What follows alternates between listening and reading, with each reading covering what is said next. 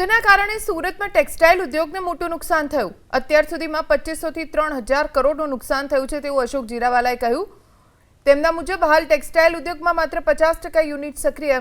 ક્રૂડની અછતના કારણે ટેક્સટાઇલ ઉદ્યોગમાં ભારે નુકસાન। કેન્દ્ર સરકાર પાસે રાહતની માંગ કરી કે કાપડના વેપારીઓ કેન્દ્ર સરકાર પાસેથી રાહત પેકેજની અપેક્ષા રાખી રહ્યા હોવાનું કહ્યું। 50% ઇન્ડસ્ટ્રીઝ ચાલી રહી છે અને માનનીય વડાપ્રધાનશ્રીએ જે રીતે વાત કરી છે કે તમારે ક્રૂડ પણ બચાવવું પડશે, ખરીદદારી પણ ઓછી કરવી પડશે, પ્રવાસનમાં પણ આપણે ડોમેસ્ટિક પસંદ કરવું પડશે। આ બધા જે કારણો છે ક્યાંક ને ક્યાંક આવનારા પડકારોને પહોંચી વળવા માટેના છે। ટેક્સટાઇલ ઇન્ડસ્ટ્રીઝને અમે સરકારને દુહાર કરી છે કે ટેક્સટાઇલ ઇન્ડસ્ટ્રીને જેવી રીતે કોવિડમાં એક સારું એવા પેકેજની જાહેરાત કરી અને ટેક્સટાઇલ ઇન્ડસ્ટ્રીને સર્વાઈવ કરવાની વાત કરી હતી, એવી જ રીતે આ વખતે પણ ક્યાંક સરકારે અમારી વાત સાંભળવા માટે બોલાવ્યા હતા।